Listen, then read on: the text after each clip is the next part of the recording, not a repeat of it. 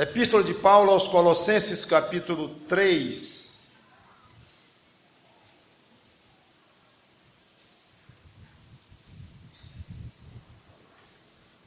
Versículos 12 a 14. Continuando com a exposição detalhada de Colossenses, capítulo 3, versículos 12 a 14.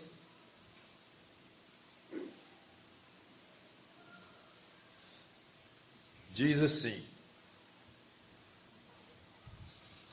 eu vou ler do 9, porque essa ideia de revestir vem lá de antes.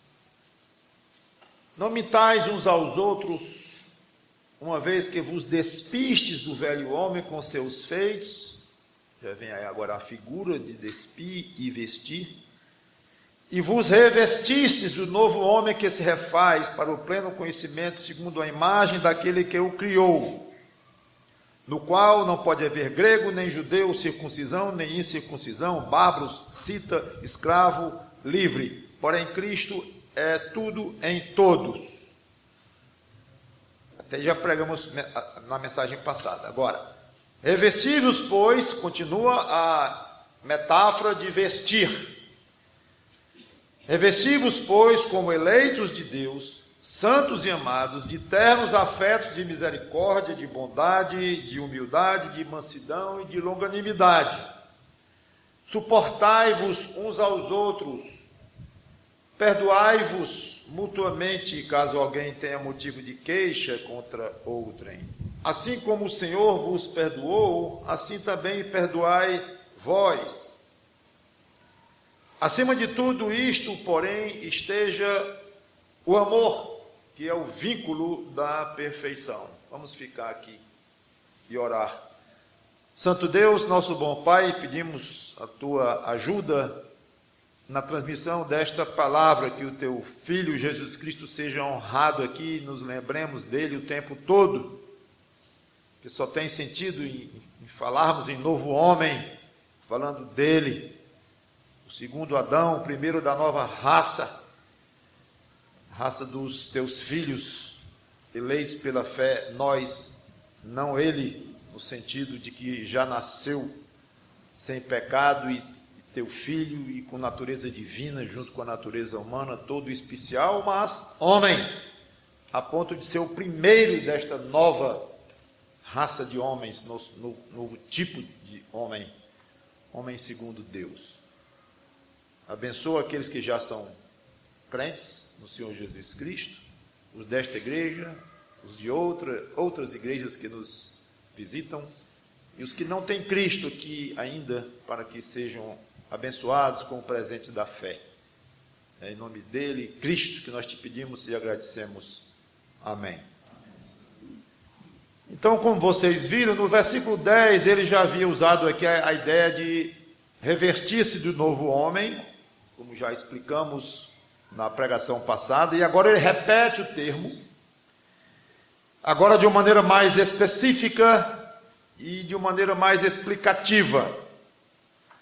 Como se alguém tivesse perguntado, mas, apóstolo Paulo, em termos práticos, o que significa exatamente, de uma maneira mais clara, o que significa revestir-se do novo homem? Vamos para a prática, nos ajude aí, vamos para o dia a dia da nossa vida. Esta resposta a uma pretensa pergunta, mas a resposta é óbvia, ela será longa, será detalhada, um verdadeiro manual do comportamento cristão, aqui nesta epístola. Eu tinha dito, inclusive, que no capítulo 3, nós vimos uma mudança clara na epístola, do aspecto mais teológico para o prático. Interessante que é até difícil saber aonde acaba essa parte da carta que responde a esta pergunta ou esclarece essa questão do que seria na prática, revestir-se do novo homem. Ele vai longe aqui, talvez até o capítulo 4, versículo 6. Mas isso não é de grande importância, mas só para dar ideia, para não ficar na sua cabeça que Colossenses é uma epístola muito assim, muito teológica, meio complicada, muita teoria. Não, metade dela mas a outra é muito prática. E quando eu digo complicada em teoria, não significa que não seja absolutamente espetacular nós tomarmos conhecimento do que Paulo recebeu do Espírito Santo para nos transmitir sobre informações espetaculares de Cristo, da igreja, como já fizemos ao longo da nossa exposição aqui. Mas que agora começou uma parte muito prática, ou já continua, porque lá no versículo 1 do capítulo 3 já havia realmente começado. Mas antes de realmente responder, ele qualifica aqueles que deveriam se revestir destas coisas. Ou seja, os que podem ser propriamente chamados de novo homem. Quem é que pode ser chamado de novo homem? Quem? Qualquer pessoa da raça humana? Qualquer pessoa que pertence a uma religião chamada de cristã? Ele explica, então. Claro que essa explicação é muito mais aberta se fôssemos tomar a Bíblia de uma maneira geral, mas eu vou ficar só com esse texto aqui. Já temos informação suficiente para traçarmos um quadro preciso de alguém que pode ser corretamente exortado a se revestir do novo homem. Então, revesti-vos, pois, como ou na qualidade de eleitos de Deus. A primeira condição que ele coloca aqui, para alguém poder pensar em ser revestido do novo homem. Só pode se tornar novo homem quem for um eleito. A doutrina da eleição é claramente ensinada na Bíblia e provavelmente a doutrina menos compreendida, mas mais resistida, inclusive por crentes sérios, ortodoxos, conservadores, mas que não conseguem, eu não vou dizer entender, porque entender nenhum de nós consegue. Não consegue absorver o fato que é assim. O fato é que a Bíblia claramente ensina a eleição. Por exemplo, Romanos 9. Romanos capítulo 9. Eu vou ler apenas 2 passagens agora, depois mais uma, mas poderia ler muitas outras. É uma doutrina muito bem assentada. Achamos nós que temos esta convicção da eleição como algo vindo totalmente de Deus, da escolha pessoal dele para alguém ser salvo. Então, Romanos 9, 11 a 13 diz: e ainda não eram os gêmeos, está falando aqui de Esaú e Jacó,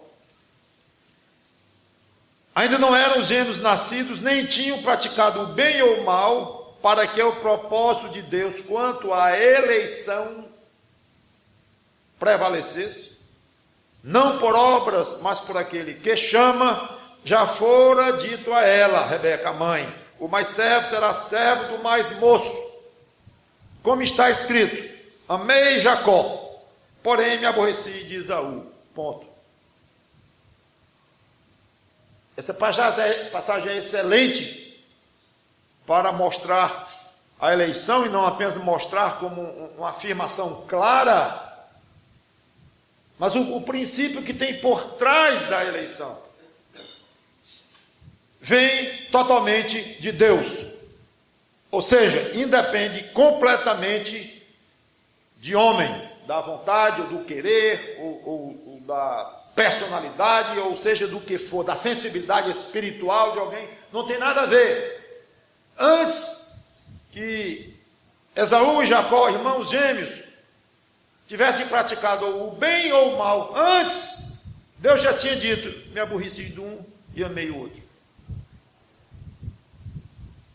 Romanos 8, 29 e 30, só passando um pouquinho, ou na mesma página como é a minha versão aqui. Romanos 8, 29 e 30, uma passagem muito bonita também. Porque aos que de antemão conheceu, essa ideia de conhecer é muito ligada na Bíblia com a eleição. É bem junta. Em outra pregação eu explico isso com mais clareza e não vou me demorar aqui. Aos que de antemão conheceu, também os predestinou para serem conformes à imagem do seu Filho, a fim de que ele seja o primogênito entre muitos irmãos. E aos que predestinou, a esses também chamou, e aos que chamou, a esses também justificou, e aos que justificou, a esses também glorificou. Numa sequência de atividades divinas ao longo de todo o complexo processo de salvação de um pecador. Começa com Deus conhecendo de antemão, antes de qualquer coisa, Deus conheceu, Deus escolheu, selecionou para si. E Efésios 1, 3, 5, eu não vou ler agora, que eu vou ler depois, quero mostrar outra coisa desta passagem, que também é básica para a doutrina da eleição. Por que é uma doutrina tão difícil, aliás, tão mal aceita, tão rejeitada, até por crentes sérios, alguns crentes sérios? Porque, como já comentei, ela é difícil de se absorver, de aceitar e de compreender. Eu gosto de dizer, sempre que tem oportunidade, que a Bíblia não foi feita para se compreender ou para se concordar com ela, mas para obedecê-la. É um princípio muito claro, qualquer criança entende.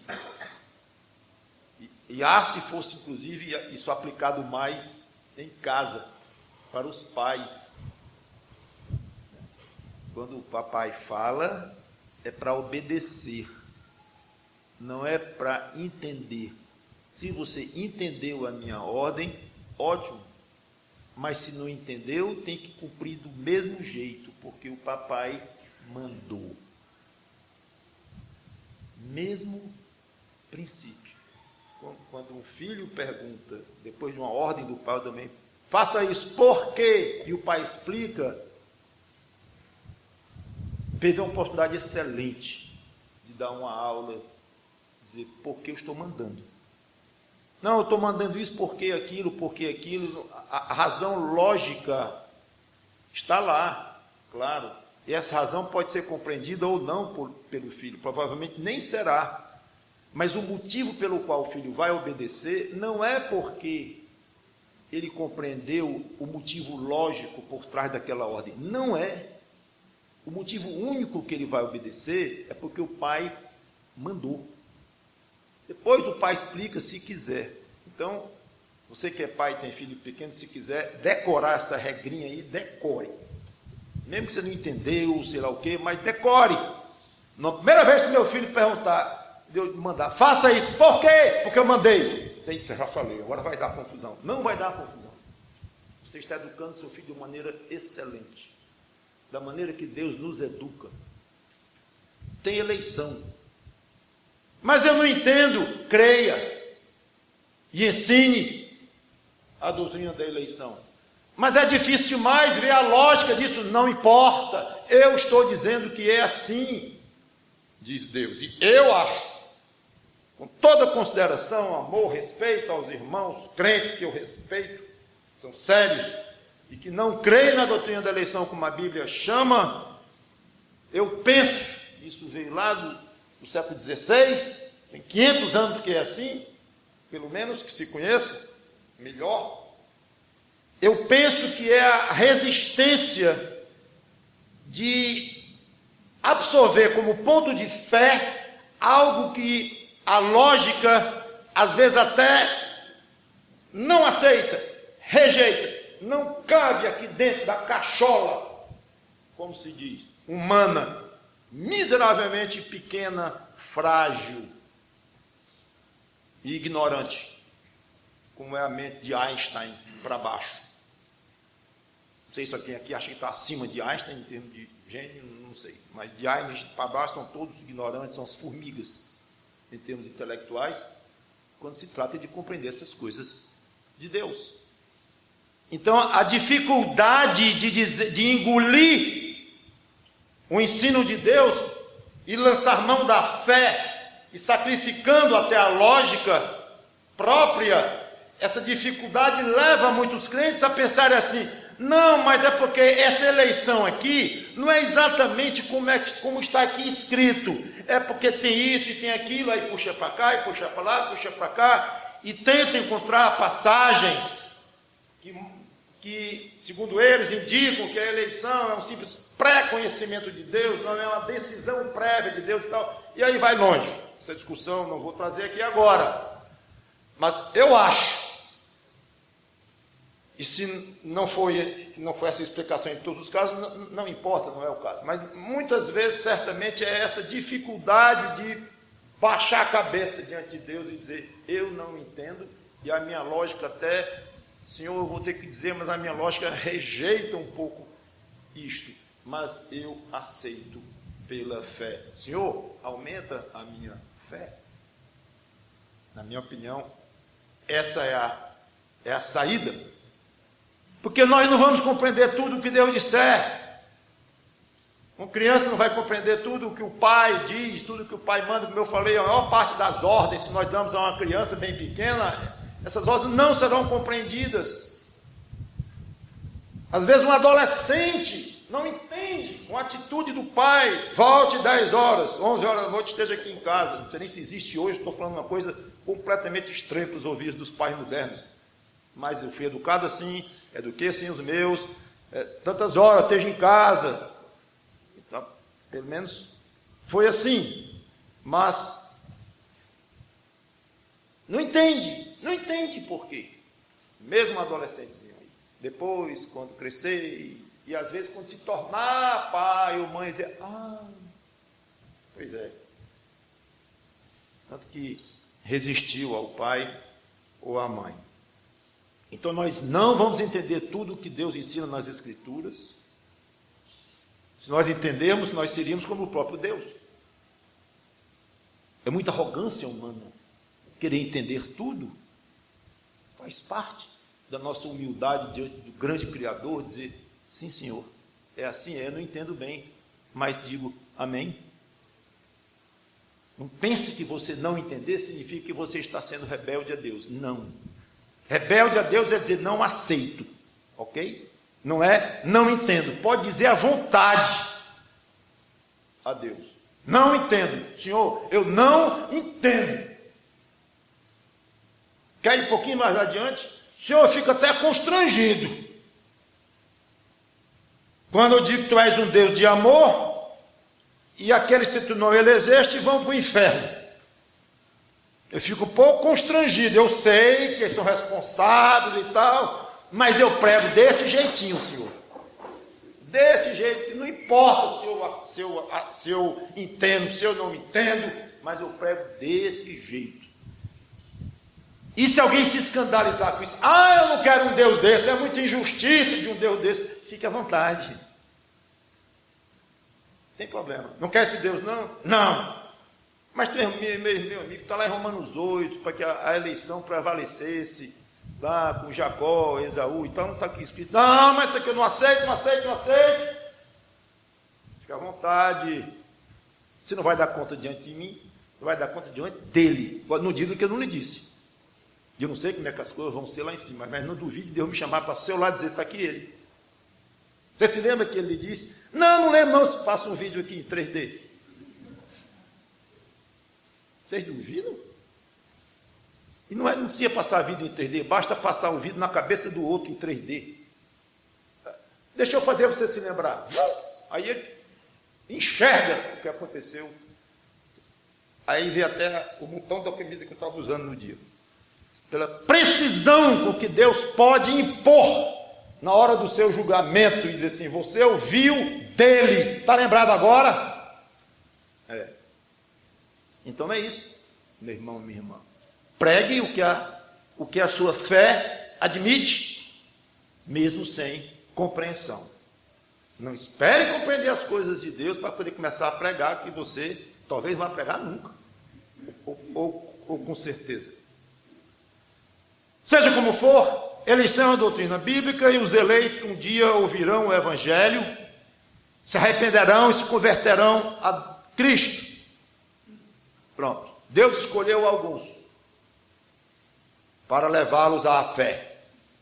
E ao mesmo tempo Deus responsabilizou todos os seres humanos para exercerem fé na palavra dele. Depois de Cristo vir aqui, podemos dizer fé no Senhor Jesus Cristo. Todos serão responsáveis. Acredite nisso. E nesse processo de conversão, que resulta lá na eleição, eles são transformados em santos. Revestivos, pois, na qualidade de eleitos de Deus, santos. Santo tem a ideia de pureza e de separação do que é mal. Basicamente essas duas ideias. Deus é santo.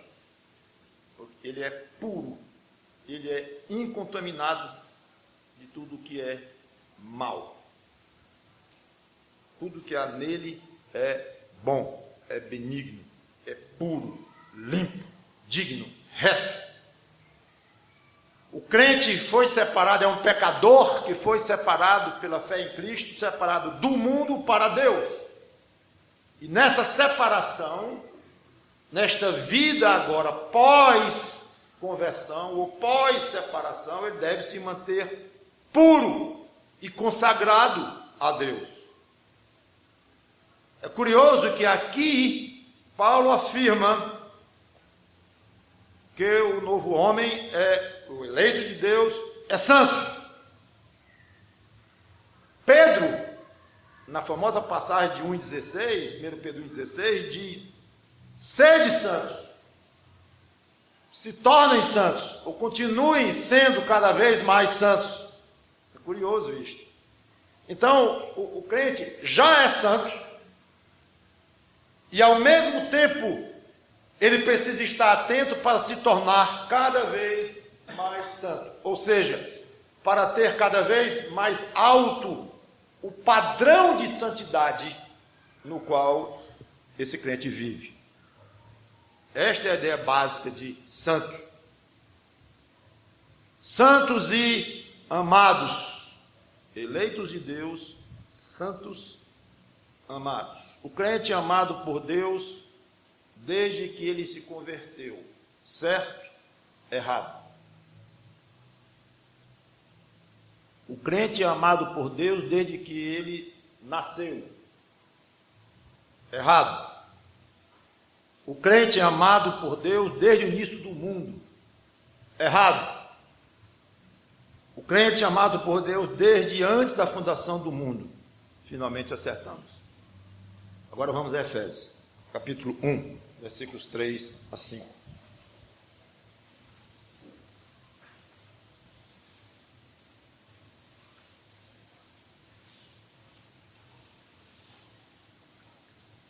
Bendito o Deus e Pai de nosso Senhor Jesus Cristo. Estou em Efésios 1 e 3. Que nos tem abençoado com toda sorte de bênção espiritual nas regiões celestiais em Cristo. Assim como nos escolheu, olha, e escolheu é elegeu, mesma coisa. Está aí a doutrina da eleição clara. E eu falei que ainda ia ler uma passagem que tinha muito a ver com a doutrina da eleição. Está aqui ela. Apesar que eu quero mostrar outra coisa. Estou falando de amor agora. Já falei da eleição. Mas, assim como nos escolheu nele, isso é eleição pura. Antes da fundação do mundo, para sermos santos, olha de novo a ideia de santos, irrepreensíveis perante ele, e em amor nos predestinou para ele, aí vem. Então ele nos escolheu em amor, antes da fundação do mundo. Escolhido e amado, antes de você nascer, antes do mundo existir, antes da fundação do próprio mundo.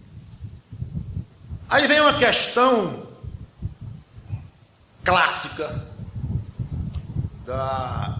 que gera uma discussão muito interessante e que eu vou só tocar aqui. Deus não ama todas as criaturas? Como é que está dizendo aqui que ele ama o eleito antes da fundação do mundo? Sim, ele ama todas as criaturas, eleitos e não eleitos. Deus é amor. Deus amou o mundo da maneira. Mas um Deus santo, amar criaturas pecadoras, significa necessidade deste Deus santo e justo exercer justiça numa pena proporcional à culpa. E a culpa do pecador já ter nascido em pecado e começar a pecar desde cedo, essa culpa de ter magoado a um Deus infinitamente santo exige uma pena infinitamente grande ou eterna. Esse é um assunto altamente complexo, existem livros a respeito disso, e são livros até difíceis de serem compreendidos, até de ser concordados algumas vezes, e que nunca, jamais alguém vai explicar de uma maneira absolutamente precisa para satisfazer nossa vontade de nossa lógica e inteligência humana. Mas podemos dizer que o amor de Deus sobre o eleito é um amor além, é um amor especial, é um amor adicional, ou algo assim. E eu posso dizer palavras e mais palavras aqui, e estarei muito aquém do termo que deveria ser utilizado, eu não sei nem qual, nem sei se nossa língua tem o termo. Mas é um aspecto do amor de Deus muito peculiar. Esse, através do qual ele escolhe alguém para ser dele. Não é falta de amor aos outros. Como eu disse, amar significa exercer justiça sobre, corrigir, está incluído na ideia de amar. Então, quando se trata de um Deus santo, amar pecadores, vai ter muita correção aí, por causa daquele amor. É muito fácil falar disso não, e eu não quero ir muito fundo também. Mas eu quero dizer uma coisa muito importante. O amor de Deus sobre o eleito, ele é especial, porque ele dispensa a santidade e a justiça desse eleito. Ele pode pecar à vontade e Deus não vai cobrar dele. Está certo? Completamente errado. O amor especial de Deus sobre o eleito não o dispensa da punição pelos pecados daquele eleito. É absolutamente igual. A exigência de Deus sobre o não eleito é igual à exigência de Deus sobre o eleito, é igualzinho. A diferença está, sabe aonde? É que Deus deu a fé para o pecador eleito exercer em Cristo. E assim, a ira de Deus sobre os pecados daquele pecador, ela vai ser descarregada não mais sobre o próprio pecador que a merece, mas vai ser descarregada sobre os ombros santos do Filho de Deus, do Senhor Jesus Cristo. Aí está o ponto. Então não é que um eleito teve os seus pecados perdoados gratuitamente. Até o pregador, quem fala o Evangelho, deve ter cuidado em dizer que a salvação é gratuita. É bom ter cuidado ao explicar isso. Explique melhor. Porque ela custou um preço absolutamente, inimaginavelmente alto, que foi o sangue do Senhor Jesus Cristo. Então, de graça, eu imagino Cristo ouvindo isso e dizer, me diga aqui, de graça, você sabe pelo que eu passei, para poder você dizer que está salvo, e vem dizer que foi de graça. Interessante isto. Não, mas é de graça para mim. Bom, já está melhorando esse esclarecimento aí. É porque eu recebi essa fé que me levou ao arrependimento e a exercê-la em Cristo. Eu recebi de graça. Ah, ok, está certo. Pela graça de Deus. Exatamente, foi mesmo. Então, por causa de algo que eu recebi de graça, eu consegui, cheguei à salvação através desta fé e do arrependimento, levado que fui por esta fé, que eu recebi de graça. Então eu digo que a minha salvação foi de graça. Tudo bem, mas complemente, por favor, de graça para mim. Não diga mais assim, foi de graça, ponto. Não faça um ponto aí não, faça uma vírgula. Que esse ponto pode ofender o Senhor Jesus Cristo, magoá-lo. Ele sofreu demais. Então, o crente, na segurança da condição de salvo, ele pode dizer: eu sou amado por Deus. E amado de uma maneira tal, que sem desviar 1 milímetro do decreto dele, de que não há remissão sem sangue, derramamento de sangue, não há perdão de pecados, de que toda alma dará conta diante dele, sem desviar disso. Eu sou um pecador e estou no céu, sou um cidadão dos céus, com a vida eterna garantida nos céus, e Deus não me dispensou dos meus pecados. Como é que pode isso? E aí está o cerne, o centro do plano da salvação que nos deixa boquiabertos. Como pode? É porque Deus colocou um aceitável diante dele, um homem aceitável diante dele, sobre o qual Deus iria então fazer cair todo o julgamento sobre os seus pecados, os meus e de todo aquele que viesse a crer em Cristo.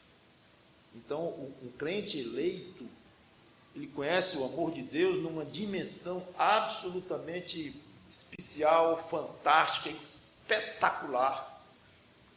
E ele deve ficar repetindo para si próprio, o crente: o que aconteceu comigo? Como é que pode eu ter sido alvo de um amor desse? Então, quando Paulo diz aqui, eleitos e amados por Deus, não deixe passar esse amados sem refletir, não. Você já se acostumou a dizer que Deus é amor, e Deus ama todo mundo, Ele ama também e tal, mas olhe bem o que significa o peso de você poder dizer. E quando você falar assim do Evangelho para alguém, e falar da eleição, às vezes o crente até levado a falar que é uma pessoa muito curiosa, inteligente e tal, ou não é inteligente, mas curiosa, e quer saber, e te explica, tem que explicar mesmo. Mas eu queria esse amor. Está na direção certa. É como Spurgeon dizia para quem reclamava: mas então quer dizer que você é eleito e eu não sou. Não sei se você é eleito, você não é. Não, mas eu não sou crente, então eu não sou eleito. Você quer? Você quer a salvação? Está com inveja de mim? Porque eu vou para o céu e você não vai? Está com inveja? Estou. Olha, pode ter um eleitozinho aqui falando já. Está vendo? Pois vá, aceite Cristo também. Converse com Deus, peça fé, reclame para Deus, reclame que começou comigo, eu sou crente, você não é. E tal. Vá lá, converse, vá em frente, meu amigo, no desejo dessa salvação. Porque esse desejo de salvação é uma indicação muito forte de que algo está acontecendo no seu coração. Vá adiante, não raciocine muito em cima disso não. Vá a Deus e peça. Quando eu era mais novo, eu diria assim: exija. Hoje eu não uso mais essa palavra porque é muito forte, não tenho mais coragem. Peça, implore de Deus esta fé. É difícil imaginar que um pecador chorando diante de Deus, clamando e pedindo fé, porque está morrendo de inveja de outro, um amigo dele que vai para o céu e ele não vai. Eu acho que isso vai alegrar tanto o coração de Deus. e muito provavelmente indica que ali está, pode ser o eleito. Então, é um aspecto um pouco mais ou menos prático de falar do assunto, que não deixa de ser misterioso de fato. Continuando então, voltando a Colossenses 3:12. Revesti-vos, pois, como eleitos de Deus, santos e amados, de ternos afetos de misericórdia. A palavra ternos afetos, ela é uma palavra só, no original. Ela literalmente significa entranhas. Pode significar coração, pulmão, fígado, o que for. Entranhas, dentro do homem, do ser humano. Então eu vou ler aqui o erudito Strong. As entranhas, aspas, abre aspas, as entranhas eram consideradas como a sede das paixões mais extremas, tal como o ódio e o amor. Para os hebreus, era a sede das afeições mais sensíveis, especialmente bondade, benevolência, compaixão. Daí o nosso uso do termo coração, para falar de misericórdia, de afetos, etc. Em suma, ele próprio diz que figuradamente esta palavra, no original, passou a significar um coração no qual reside misericórdia, usando agora o coração no sentido mais moderno de que nós usamos esse termo, porque não há diferença nenhuma do coração para o fígado, em termos de sentimento. Então, quando é um coração compassivo, ele tem um coração duro, por que ele não diz um fígado duro? Porque não, porque começou-se a dizer isso e ficou. Então, lá no original, existe a palavra coração, claro, mas aqui não é a palavra coração, não é, tanto que não tem a palavra coração aqui, é bom que não tenha mesmo, mas a ideia aqui, os tradutores colocaram ternos afetos. Ok. Então é como se ele dissesse assim, ternos afetos de... Aí ele vai citar um bocado de virtudes cristãs. É como se ele dissesse, exerçam as virtudes que eu vou falar agora, exerçam de coração. Pronto, esse é o sentido exato que Paulo diria na linguagem de hoje para nós. Exerçam com sinceridade de coração. É isso aí. O quê? O que ele vai dizer agora. Primeiro, misericórdia, que significa, literalmente, ter pena, compaixão, sensação de tristeza pelos males de outros, que coincide com a nossa definição de misericórdia do nosso português, praticamente idêntica aí no grego, essa palavra no grego e a nossa palavra misericórdia, que é compaixão suscitada pela miséria alheia, indulgência, Aurélio. Pelo menos uma parte da definição é esta aí. Misericórdia. Aí vem. Ele vai citar aqui 5 virtudes básicas da vida cristã, mas eu não vou desenvolver nenhuma agora, porque isso ficaria muito extenso. Então, apenas um resumo de cada uma. Misericórdia, bondade, significa solícito, bom, agradável, gracioso, gentil. Ele é um fruto do Espírito, conforme escrito Paulo no outro carta. Humildade, em contraste com arrogância e altivez. Todos nós conhecemos o que é ter isto, infelizmente. Mansidão seria abrir mão dos seus direitos, aceitando as coisas sem resistir, não por covardia ou falta de poder, mas porque crê na vontade, no poder de Deus, e sabe que Deus está por trás de tudo o que acontece. A pessoa então não resiste tanto, ou não resiste de jeito nenhum, que é outro assunto muito importante e difícil na vida cristã, essa questão de resistência, de resistir ou não resistir. Mas mansidão tem a ver com isto. Também é um fruto do Espírito. Longanimidade, que traduz como paciência, capacidade de perseverar debaixo de um sofrimento, fruto do Espírito também. Então, todas essas virtudes são virtudes que estavam em Cristo, e muitas outras. Claro que Paulo coloca aqui apenas algumas, de uma maneira bem rápida. Repetindo: misericórdia, bondade, humildade, mansidão, longanimidade. Interessante é que Paulo parece que não queria dizer assim: se vistam do novo homem, ou se vistam como eleitos e amados, disso, porque tudo isso Cristo é, ou tem. Aí em Romanos ele diz assim, sabe uma coisa? Se vistam de Cristo. Pronto, ele atalhou. Curioso, alguém me chamou a atenção disto, eu nunca tinha percebido. Romanos 13, 14. Vocês que gostam mais de pesquisar, vejam lá, Romanos 13 e 14.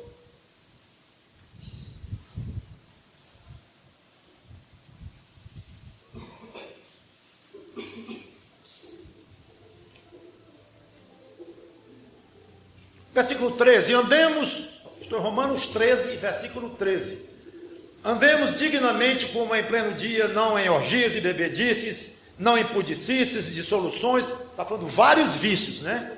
Não em contendas, em ciúmes, um monte de vícios aqui, mas revestidos de, ao invés de dizer misericórdia, bondade, humildade, mansidão, ele atalha, revestido do Senhor Jesus Cristo. Pronto, não tem mais nada para dizer não. Curioso, né? Então é a mesma coisa, se revestir de todas essas coisas individualmente significa, é igual a se revestir do próprio Jesus Cristo.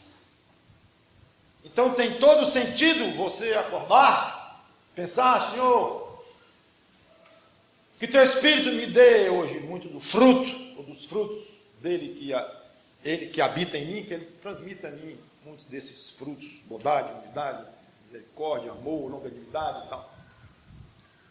Aí no dia seguinte você pode pensar assim, você está talvez um pouco atrasado para ir para o trabalho, coisa assim: Senhor, eu estou um pouquinho sem tempo, me reveste de Cristo. Em nome dele, amém. Mesma coisa. Mesma coisa. Então a ideia de se revestir de Cristo deve ser algo muito cara a nós. Não só a ideia, mas o alvo, o objetivo. Senhor, me permite me vestir de Cristo. Que ideia linda, né? Voltando a Colossenses capítulo 3, agora o versículo 13. Paulo continua com características do novo homem, quando ele diz assim, ele fala no versículo 12, mansidão, longanimidade, suportai-vos uns aos outros. Ele continua com virtudes. Interessante que ele não disse usufruam uns dos outros, curtam uns aos outros, mas suportai-vos. Seria esquisito, o pastor está acabando de casar, o noivinho ali todo apaixonado com a sua noiva lá, aí disse: meu irmão, o que eu lhe desejo é que você suporte esta mulher aqui. Pastor, não dá para colocar outro ângulo aqui não, embora seja verdade, mas sei lá, aguenta, irmãozinho. Curioso, porque suportar é ideia de peso. Ideia de peso. O peso exige de nós, dos músculos, da energia, e cansa carregar muito peso, ou até um pequeno peso, muito tempo, cansa, exaure. Então é interessante, mas quando Paulo diz aqui, suportai-vos uns aos outros, mas Paulo, vocês não estão casando, eu vou dizer aqui logo. É um peso. Muito irmão vai ser um peso para você. A Bíblia então admite claramente que mesmo entre irmãos haverá relacionamentos difíceis. Claro, aliás, nós somos defeituosos, complicados, cheios de manhas, de vaidades, resumindo, cheios de pecados. Desde quando o pecado não é um peso sobre o outro? Você lidar com o pecador? Aí vem a conversão, aí pensa que porque se converteu virou uma doçura. Até que seria bom ter virado mesmo. Mas não é assim, nós carregamos muitos defeitos. muitos ficam para trás, lutamos contra eles, lógico, tentamos nos desvencilhar do peso do pecado, claro, santificação cada vez mais crescente, claro, mas ninguém vai se livrar totalmente.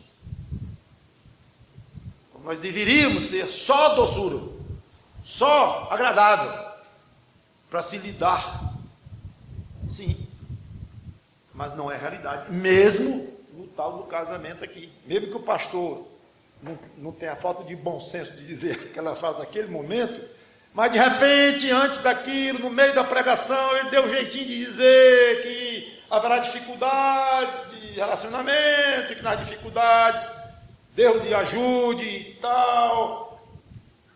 Tocou no assunto, de outra forma, mas ele tocou e fez muito bem. E não tocar seria romancear de uma maneira irreal, ilusória até.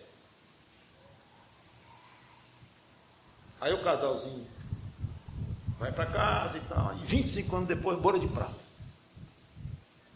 Aí o marido diz assim: oh, eu queria agradecer a Deus por esta minha esposa maravilhosa que tem me suportado tanto tempo.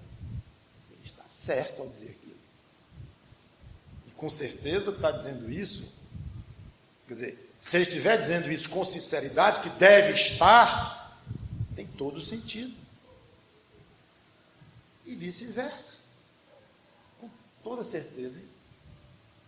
Sem depender, independente do que aquele marido foi ou é, pode ser o melhor marido do mundo, vai ter um sentido correto e que a esposa vai dizer: e muito obrigado pelo meu marido que tem me suportado todos esses anos. Claro, tem me amado, tem cuidado de mim, tem me protegido, tem isso, tem aquilo, mas tem me suportado, e como ele está dizendo aqui, Deus tem me dado a graça de suportá-lo, porque tem um bocado de defeito também. Pode ficar por aí, assim vai estragar a festa de boda de prata. Mas essas coisas, elas vêm de uma maneira natural e caem bem no nosso coração. Quando diz, ele tem me suportado, ela tem me suportado, porque é fato, nós sabemos disso. Então, quando pensar, puxa, como é difícil tratar com esse irmão, ou com essa irmã, lembre-se desta passagem, ou desse princípio, que faz parte do novo homem, daquele que quer se revestir de Cristo, suportar os outros. E sabe que a melhor maneira de conseguir isso é que, antes de tudo, Deus suporta você. Em primeiro lugar, lembre-se do que Deus, vou dizer, sofre, entre aspas, do tanto que ele exerce amor e paciência e misericórdia em suportar você. E muitos irmãos, claro, também suportam você. Então, não é bem, tem que suportar os outros, que coisa, isso é bem pesado para mim, tem que subir, não tenho muita paciência, tem que suportar. Lembre-se que você é tão pecador ou mais do que aqueles os quais você tem que suportar. Então, eles têm que suportar você também.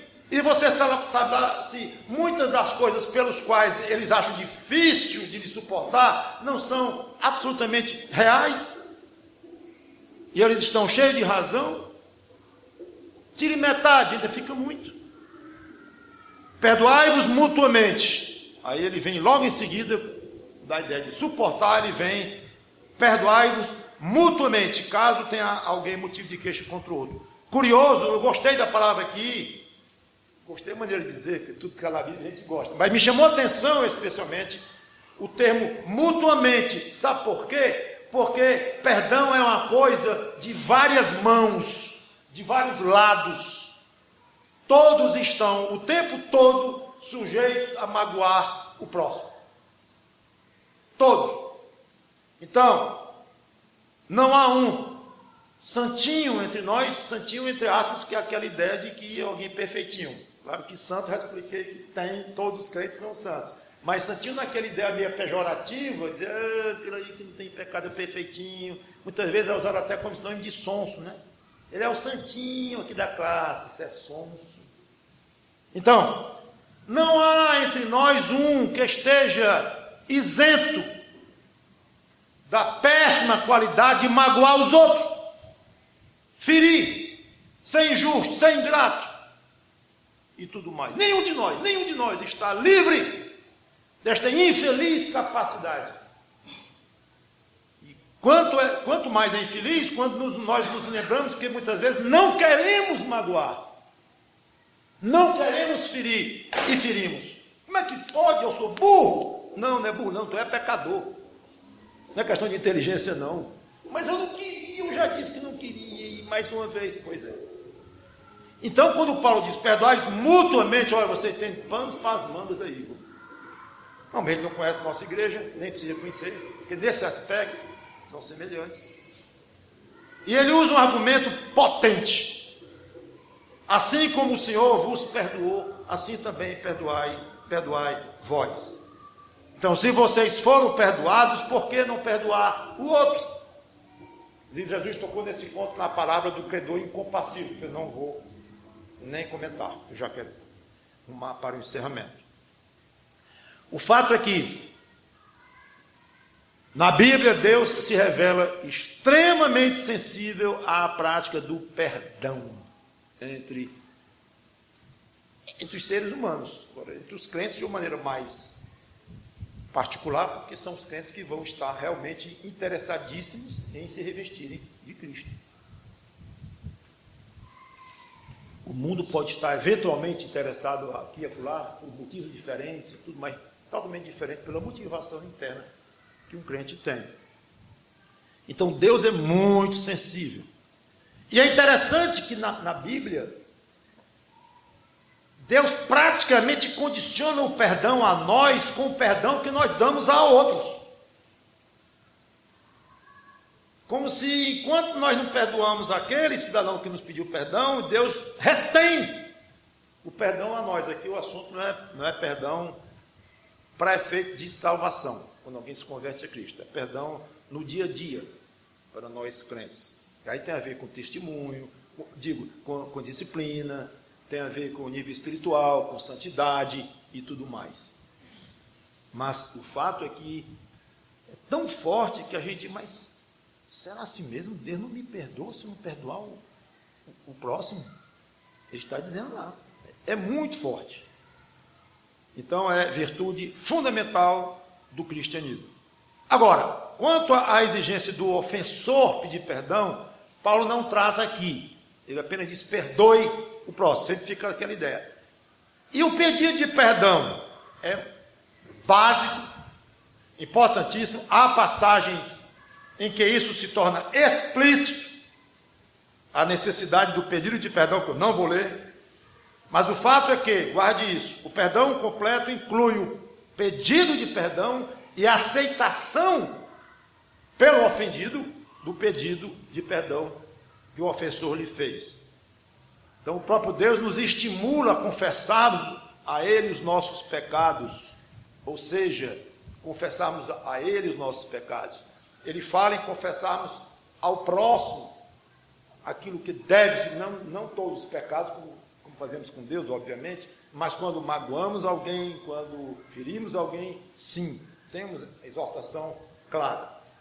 Então, em suma, para a saúde espiritual do crente, é extremamente importante que essa prática de pedir perdão e perdoar seja uma realidade muito forte. Não deixe, irmão ou irmã, pendências nessa área. Se você precisa pedir perdão a alguém e não o fez, pode estar certo de que esse relacionamento entre você e essa pessoa não está bem. Por melhor que você ache, queira se iludir, mas se precisa pedir perdão a alguém, peça. E, obviamente, o contrário. Se alguém lhe pediu perdão e está pendente, você dá uma resposta e dizer, lhe perdoei, cuide disto. E eu até proporia mesmo que você tente fazer um exame na sua mente aí, de pessoas que, porventura, você tem alguma pendência com relação a este assunto e que tem sentido você chegar lá e tratar. Pode ser uma coisa tão antiga e tão pequena, coisa assim, pode não ter nem sentido, mas de uma maneira geral, examine isto.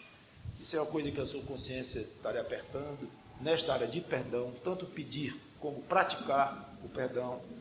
Faça isso. Vá lá, tome a iniciativa e trate este assunto. Finalmente, versículo 14. Acima de tudo, isto. Porém, esteja o amor, que é o vínculo da perfeição. Quando o amor entra, ele humilha, né? Então ele fala de misericórdia, fala de perdão, de suportar os outros, fala de paciência, fala muitas virtudes. Mas quando vai falar de amor, acima de tudo, elevou o nível. É impressionante. Amor. Dom maior. E obviamente no fim da pregação que eu vou desenvolver aqui sobre o amor. Inclusive eu tive o privilégio de escrever um livro, Você Ama de Verdade, baseado em pregações que eu fiz sobre o amor. Acho que em escolas dominicais, 15, 20, não lembro nem a quantidade, são muitas, sobre o amor, detalhadamente. Não tenho condições aqui de desenvolver. Mas, onde há amor, todas as outras virtudes têm muita facilidade de serem desenvolvidas. O assunto é perdoar, é pedir perdão, é ser paciente, é ser misericordioso. Qual é o assunto aqui? Não importa. Tem amor? Tem. Vai ser fácil. Perdoar, ter paciência, isso, aquilo, vai ser fácil. Se tem amor. Então, uma ideia seria tudo que você vai fazer, tudo que você vai dizer para alguém, uma pergunta crucial seria: isso que eu vou fazer, isso que eu vou dizer, está ligado com o amor? Ou de outra forma, tem amor no meio? Ou de outra forma ainda, é em amor que eu vou dizer isto? Eu vou largar a mão do pé do vidro dele? E que agora eu xingo a mãe dele? Não precisa nem ser a mãe, é ele próprio, vou xingá-lo. É em amor. É para isso. Se for, vai em frente. Se for. Já pensou quantas coisas você teria deixado de fazer com essa simples pergunta? Eu vou dizer isso agora, é em amor? Alguns poderiam dar um certo trabalho, porque o amor cristão tem algumas facetas interessantes, em que disciplina, uma certa dureza, às vezes cabe dentro do amor cristão. Tudo bem. Mas pode dar trabalho de você responder. Então pense bem. Se for uma discussão no trânsito, não vai dar tempo. Mas se for, vai ser uma coisa que você vai falar com alguém na igreja, chamar para conversar, ou uma coisa que dá tempo, pense bem. É em amor que eu vou fazer isto? E na dúvida, não faça não. Eu vou encerrar com uma passagem que eu acho absolutamente espetacular quando se fala de amor. Eu vou dizer obrigatória. É Mateus 22, 34. Quando perguntaram a Jesus sobre a lei, Mateus 22, 34. Entretanto, os fariseus, sabendo que ele fizera calar os saduceus, reuniram-se em conselho. E um deles, intérprete da lei, experimentando, lhe perguntou: Mestre, qual é o grande mandamento da lei? Respondeu-lhe Jesus: Amarás o Senhor teu Deus de todo o teu coração, de toda a tua alma, de todo o teu entendimento.